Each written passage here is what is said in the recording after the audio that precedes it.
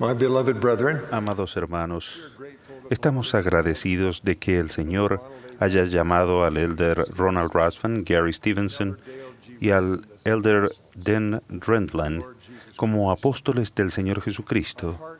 Nuestros corazones, oraciones y fe los sostienen.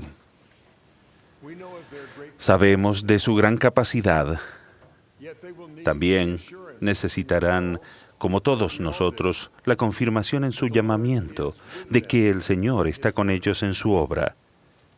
Un nuevo diácono necesita esa confianza, al igual que el más experimentado sumo sacerdote que recibe una nueva responsabilidad.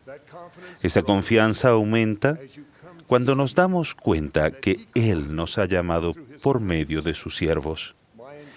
El ánimo que les doy es para ayudarles a saber que cuando hacemos nuestra parte, el Señor agrega su poder a nuestro esfuerzo.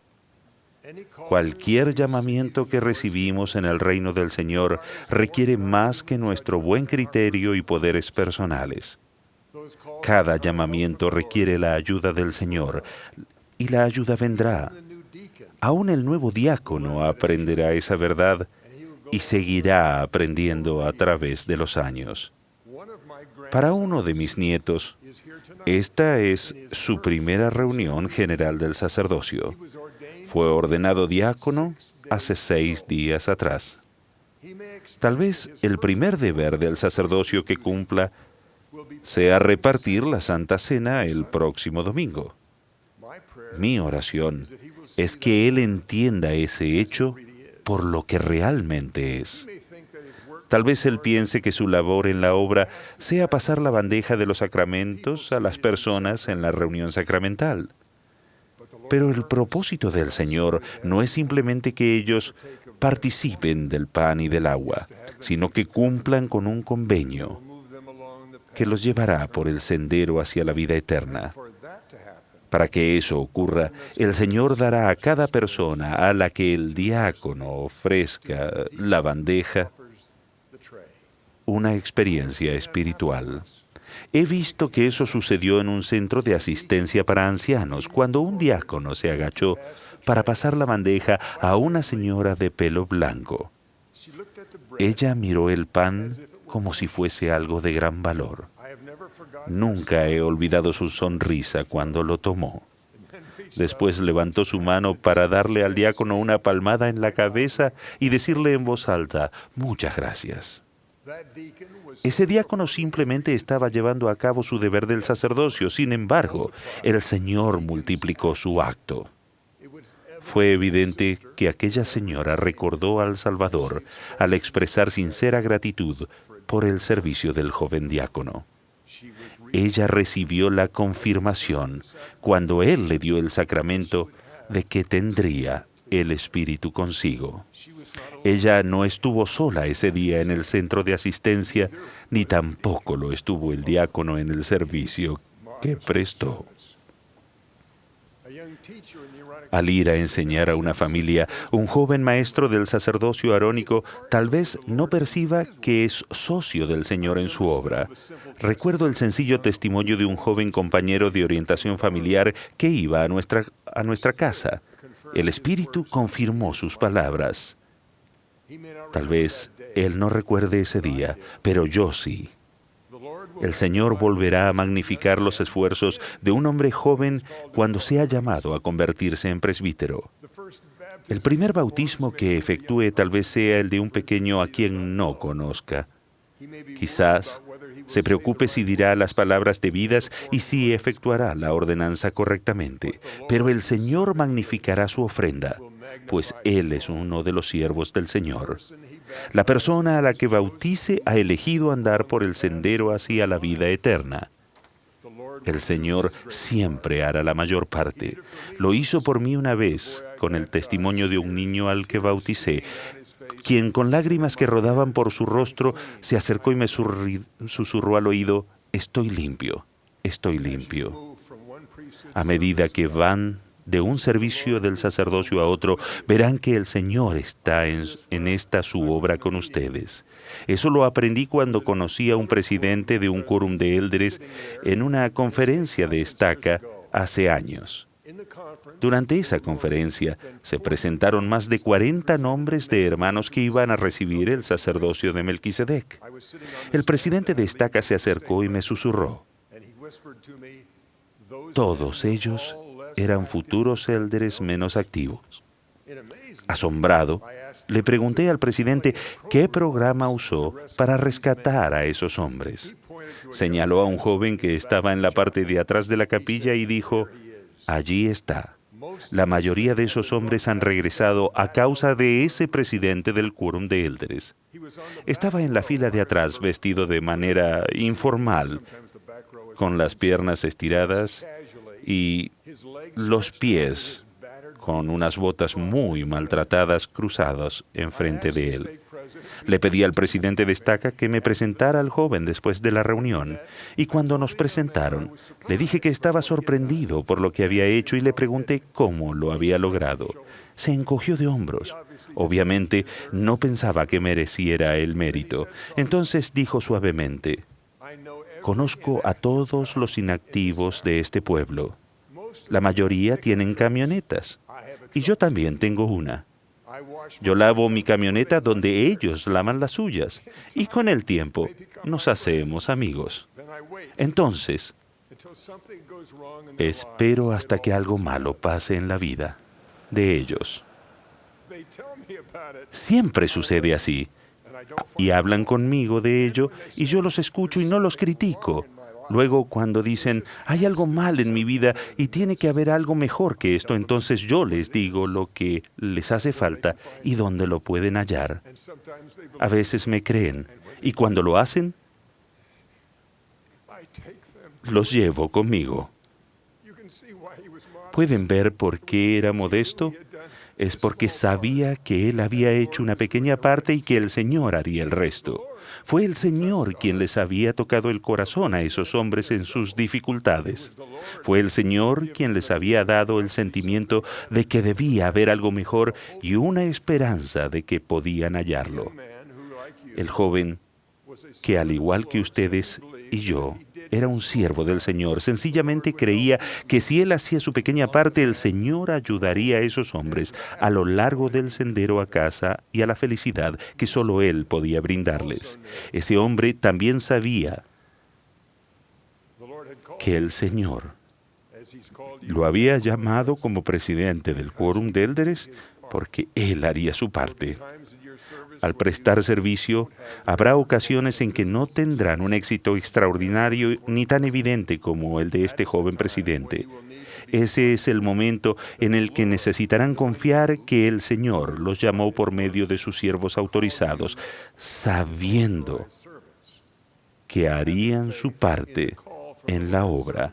El tener fe en el llamamiento de los siervos del Señor fue crucial en el servicio misional de mi bisabuelo Henry Eyring.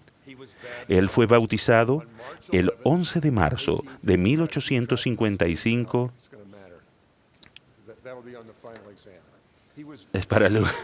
Recuerden esas fechas para el examen final. Marzo 11 en San Luis, Missouri.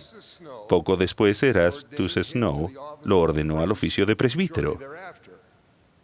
Muy poco tiempo después, Orson Spencer lo llamó a servir en una misión en la nación Cherokee el 6 de octubre. El 11 de octubre fue ordenado elder. El 24 del mismo año salió a caballo para la misión Cherokee. Tenía 20 años y solo 7 meses de converso.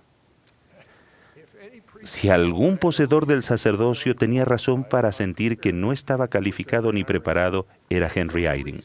La única razón por la que podría haber tenido el valor de ir fue porque él sabía en su corazón que Dios lo había llamado por medio de sus siervos autorizados. Eso fue la fuente de su valor.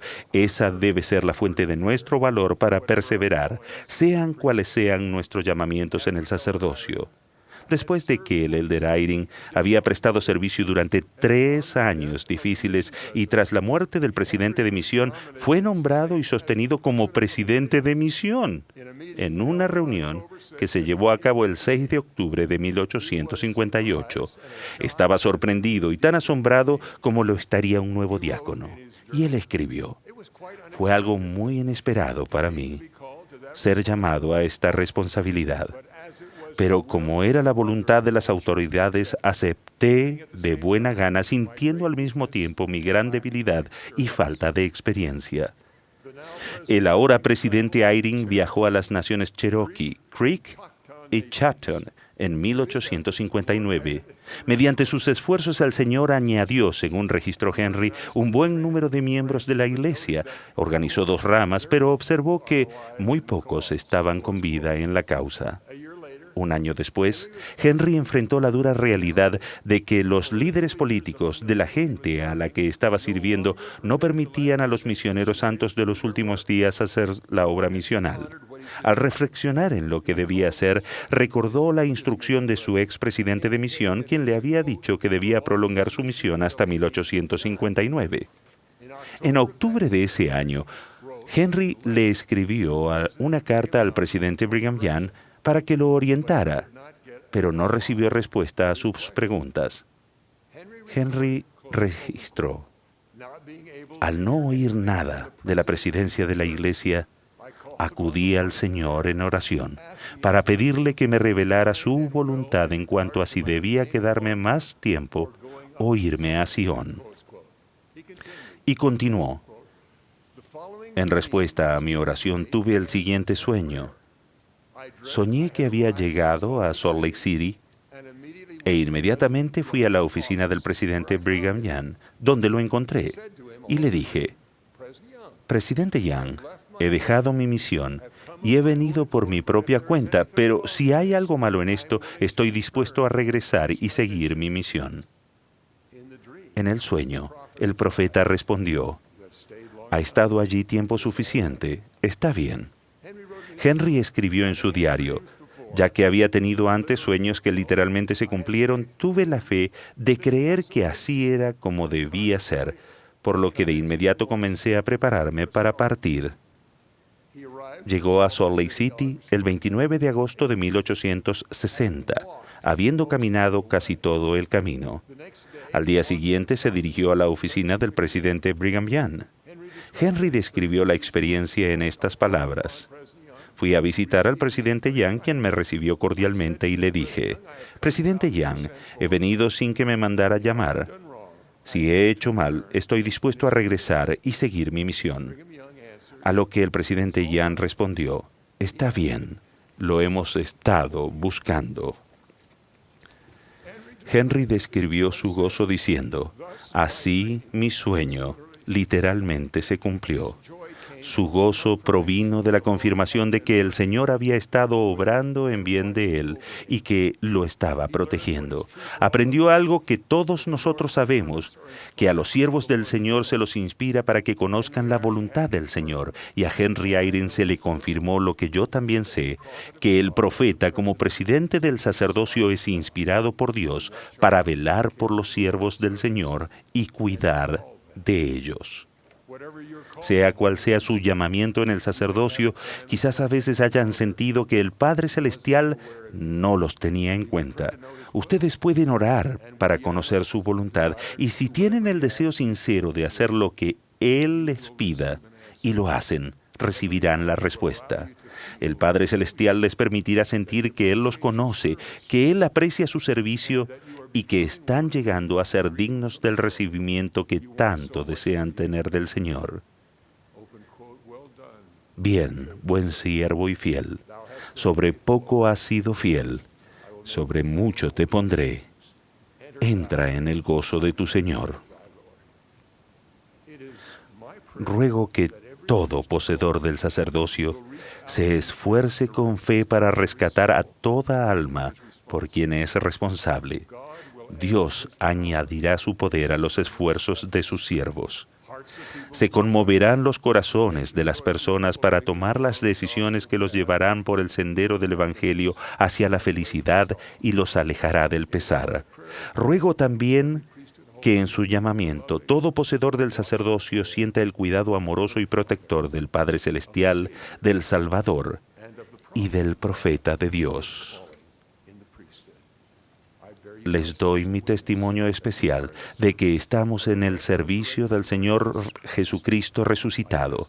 Testifico que Él nos ha llamado a ustedes y a mí a su servicio, conociendo nuestras aptitudes y la ayuda que necesitemos vendrá. Él bendecirá nuestros esfuerzos más allá de nuestras expectativas al entregarnos totalmente a su servicio. Testifico que el profeta de Dios, quien es el presidente de todo el sacerdocio sobre la tierra, es inspirado por Dios. Estoy agradecido por los ejemplos de los fieles poseedores del sacerdocio en todo el mundo. El Padre Celestial y el Salvador están agradecidos de que ustedes hacen su parte que les corresponde. Ellos los conocen y los aman. En el nombre de Jesucristo. Amén.